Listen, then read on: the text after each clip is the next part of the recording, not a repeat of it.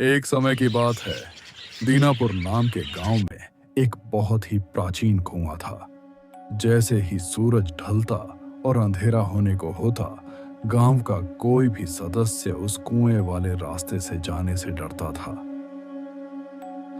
एक दिन नीरज को बाजार से लौटने में देरी हो गई। हे भगवान, शाम होने को है और रास्ते में ही वो कुआं भी पड़ता है। पता नहीं क्यों सब शाम को वहां जाने से डरते हैं। आखिर है क्या वहां पर? चलो देखता हूं जाके कि इस कुएं में है क्या। ये सब सोचते हुए नीरज कुएं तक पहुंचा।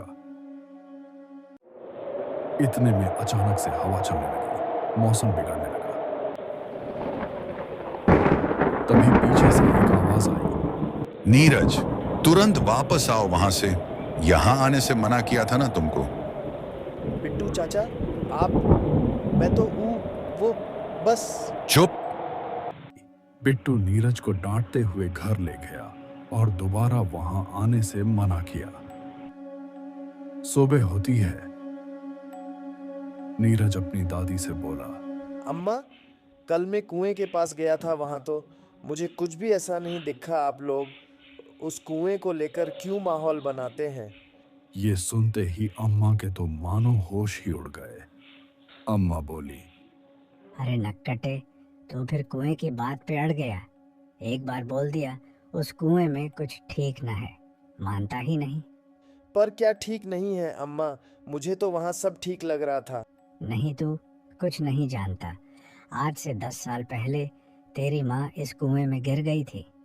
तब से ही वहां पे कुछ ना कुछ अजीब होता ही रहता है। एक बार तो मैं पानी लेने गई थी, जैसे ही पानी का बाल्टी बाहर निकाला, मैंने देखा उसमें पानी नहीं, खून है, खून। ये सब सुनकर नीरज को थोड़ा डर तो लगने लगा था, लेकिन इंसान की जिज्ञासा कहाँ खत्म होती है।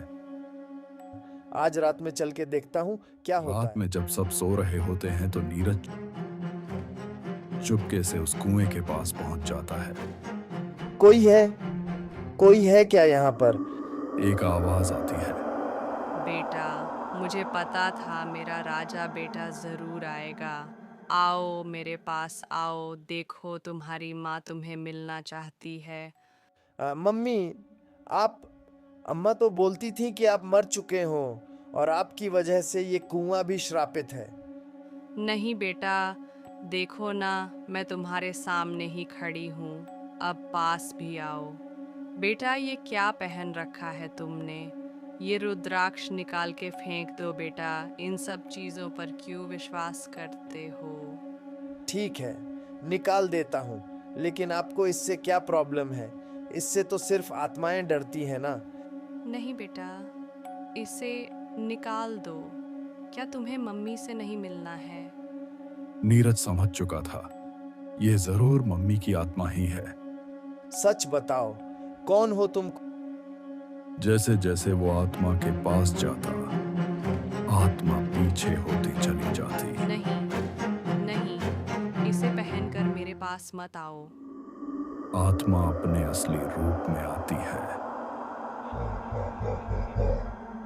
आ तो गया है तू, अब देख तेरा क्या हाल करती हूँ।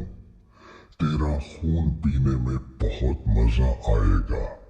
ही हा हा हा हा। खून पिएगी? ये ले। अपना रुद्राक्ष आत्मा की तरफ फेंक देता है। आत्मा जलकर भस्म हो जाती है। सब्सक्राइब करें कहानियां स्टोरी टून को, लाइक और शेयर करके बेल आइकॉन दबा लीजिए। दबाइए।